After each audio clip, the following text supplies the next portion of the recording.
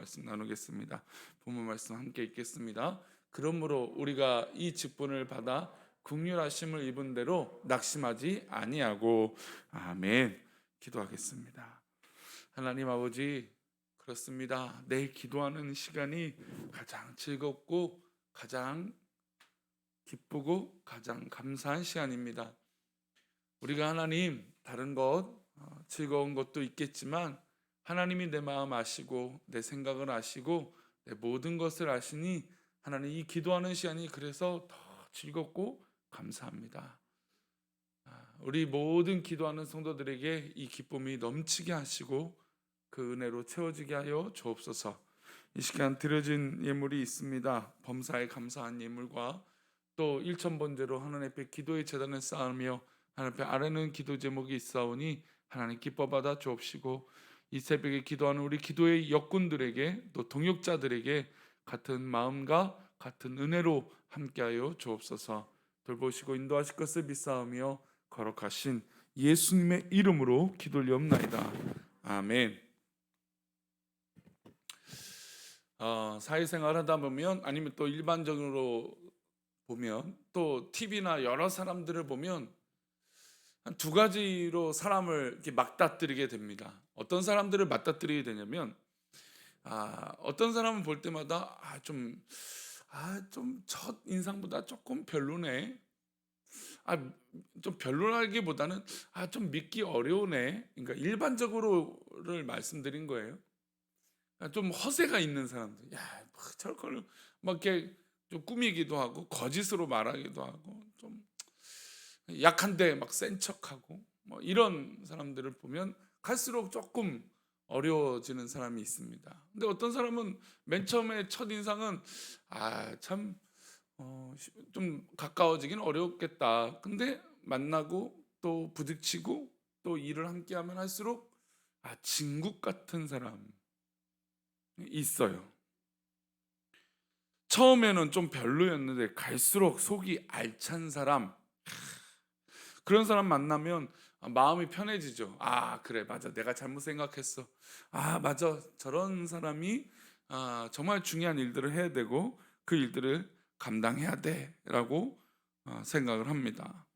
또 외모로도 그렇게 판단을 하죠. 요즘 워낙 이 외향적인 것과 외모에 대한 관심이 많은 시대라 맨 처음은 외모로 판단하죠. 사람은 아무래도.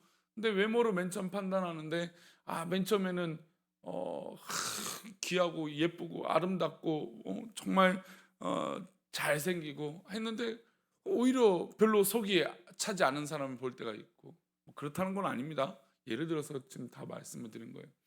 근데 어떤 사람은 또 외모도 뭐 그렇게 뭐 하지 않고 뭐 이렇게 봐도 아름다워 보이지 않는데 갈수록 이 사람은 참 속 내면이 아름답다라고 느껴지는 사람이 있다는 것이죠. 이 얘기를 왜 드리냐면 어제 이제 이 고린도 교회 안에 들어온 사람 중에 문제를 일으키는 사람들이 있었는데 그 사람이 뭐냐면 유대인 지도자들과 유력한 사람들에게 추천서를 받은 사람들이었어요. 근데 교회 안에 이 사람들이 들어오는데 목소리가 점점 커지는 거죠. 맨 처음에 볼 때는 이 너무나 유명한 사람들의 추천서를 받아서 교회 안에 들어오다 보니까 저 사람이 저런 인맥이 있고 저런 사람과 알고 있고 저 사람에게 추천서를 받았으니까 저 사람은 정말 대단한 사람이구나 했는데 가만 보니까 교회 안에서 분란의 주인공이 계속 되고 있는 것이죠. 그들은 추천서를 가지고 왔지만 오히려 문제가 있었고, 오히려 추천서나 어떻게 보면 보증이 되지 않은 바울은 계속해서 진국이 되어지고 있는 속이 알찬 사역을 계속 하고 있는 것입니다.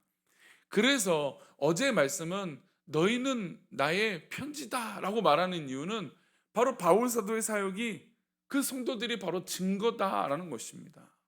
그러니까 오늘은 그 이유, 그 본질적인 이유가 나와요. 그러니까 바울 사도가 사역한 그 모든 의미가 성도들이 증거가 되기도 하는데 그 의미, 왜 성도들이 증거가 되느냐라는 이야기를 하는 것이에요. 바울은 자신을 스스로 추천을 했습니다. 우리 1절과 2절을 말씀 보겠습니다. 1절과 2절입니다. 함께 읽을까요? 그러므로 우리가 이 직분을 받아 긍휼하심을 입은 대로 낙심하지 아니하고 이에 숨은 부끄러움의 일을 버리고 속임으로 행하지 아니하며 하나님의 말씀을 혼잡하게 하지 아니하고 오직 진리를 나타내므로 하나님 앞에서 각 사람의 양심을 대하여 스스로 추천하노라. 지금 바울 사도는 이 성도들 앞에서 스스로 추천한다라고 하는 말을 씁니다.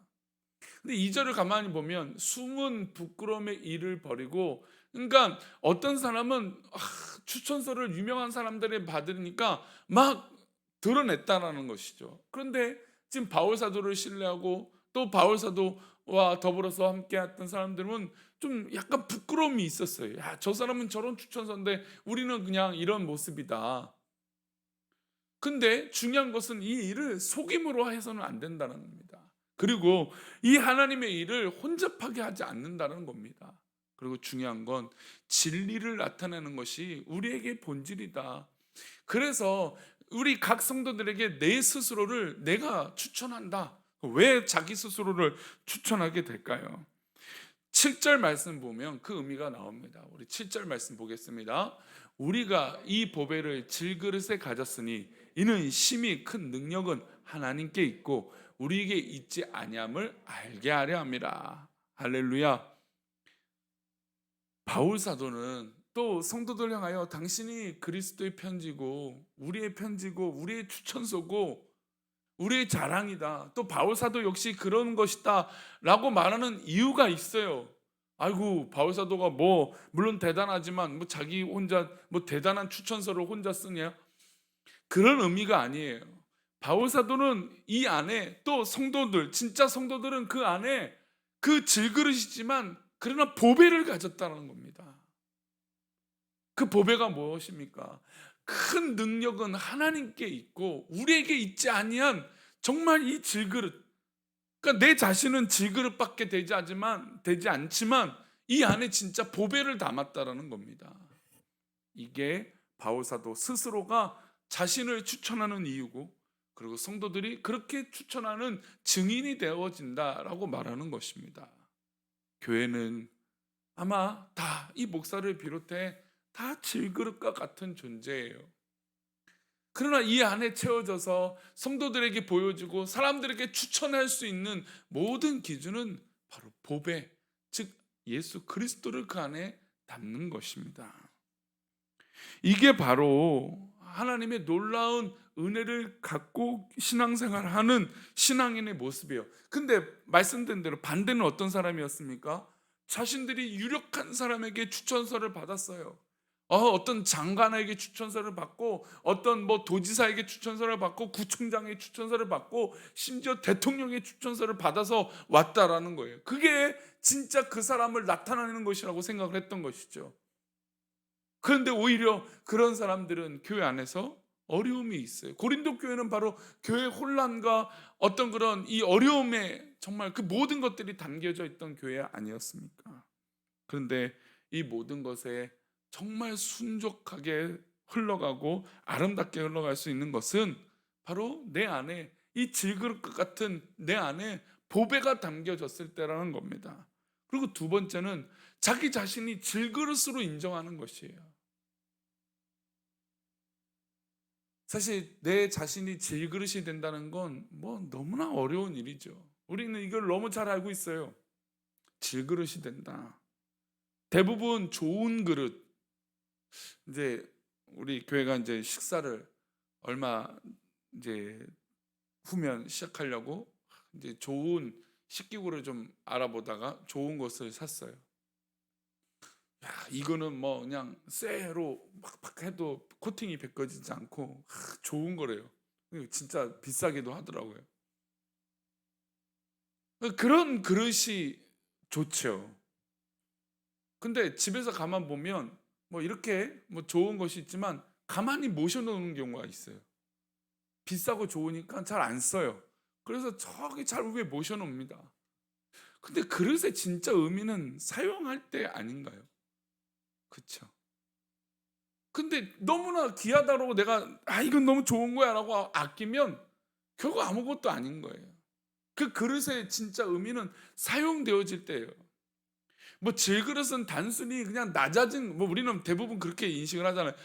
낮아지고 흙처럼 정말 형편없는 것으로 자신을 여기는 거. 물론 그것도 맞습니다. 그런 의미도 있어요. 근데 저는 거기서 또 한 가지, 쓸만한 그릇이라는 거예요.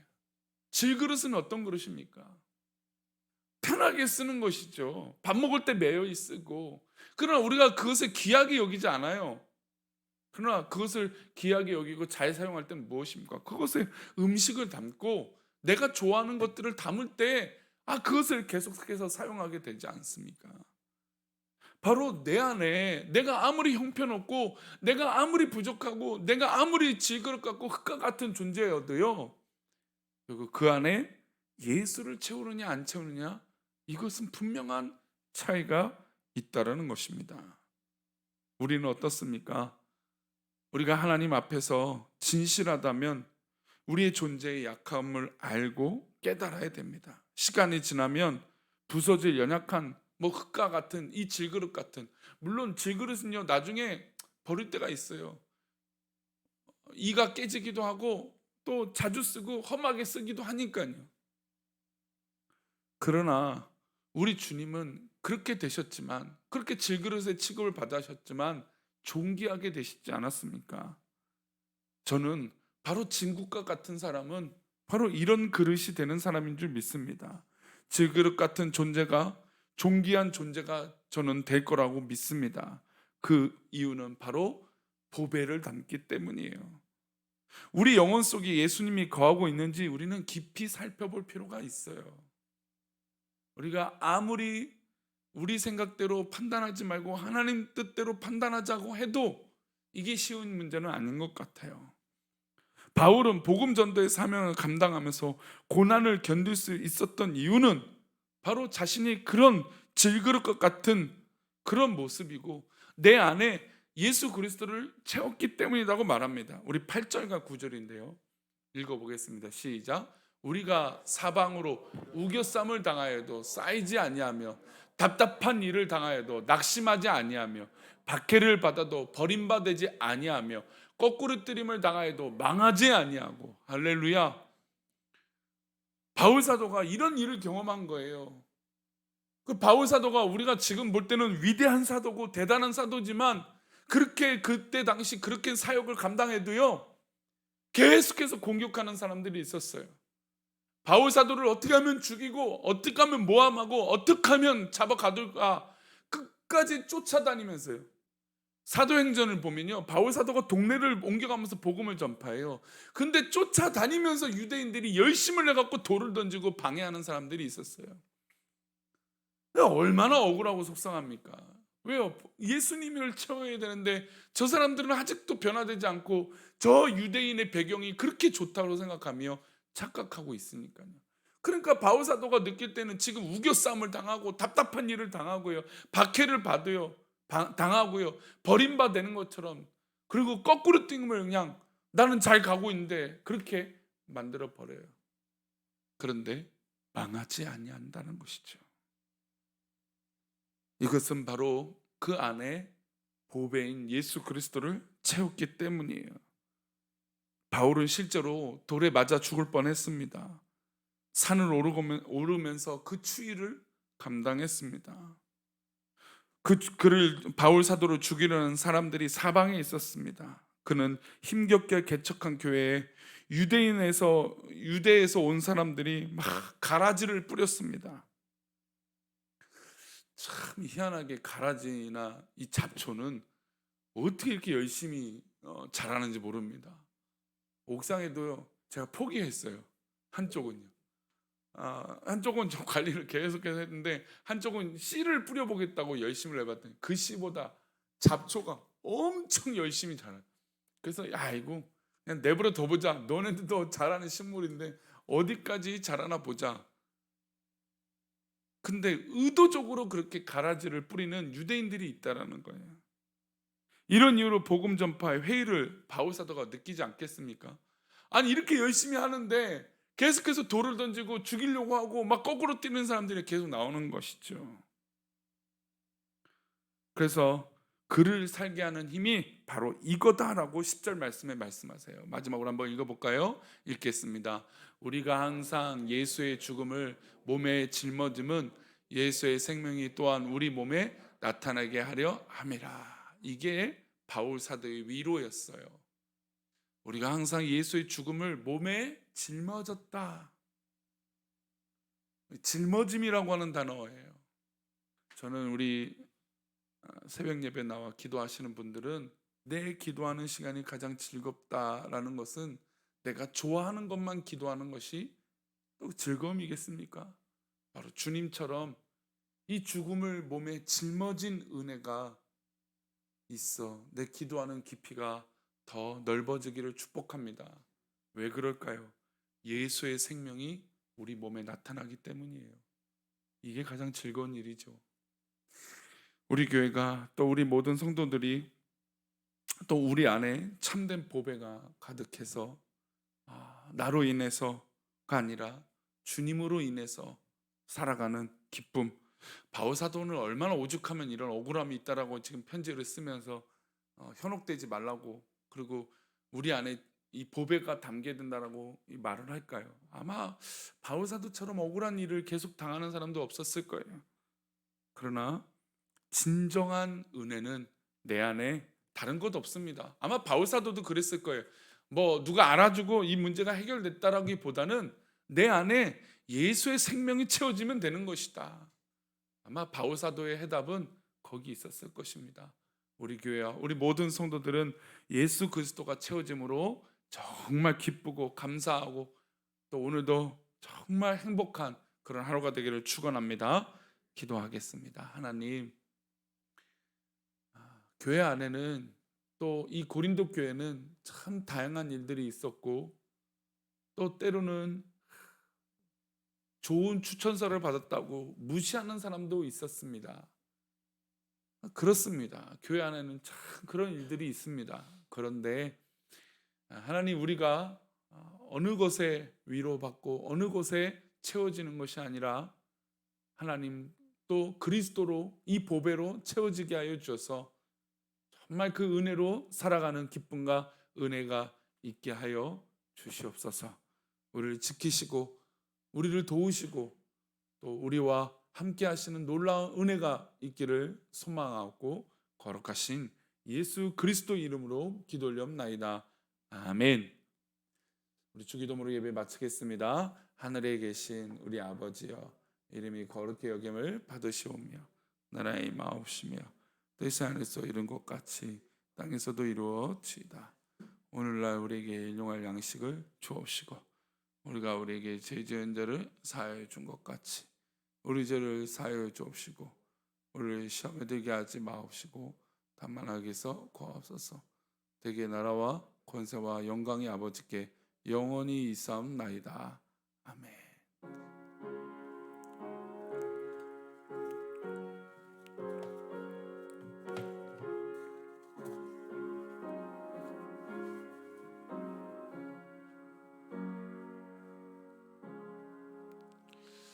네, 오늘은 우리 교회에서 우리 노예 시찰회 모임이 있습니다. 한 12분 우리 교육자들하고 저랑 포함해서 오시는 사모님까지 한 15분 정도 모이는데 회의가 잘 진행되고 또 10월 달에 노예가 있습니다. 둘째 주 화요일인데 이 노예도 잘 진행될 수 있도록 또 우리 교회가 더 든든히 서 나가는 모습이 또 노예적으로나 또 이 지역에서도 그런 증거가 되기 위해서 기도해 주시기 바랍니다. 우리 각자 기도하시다가 하나님의 은혜를 구하고 돌아가시도록 하겠습니다. 기도합니다.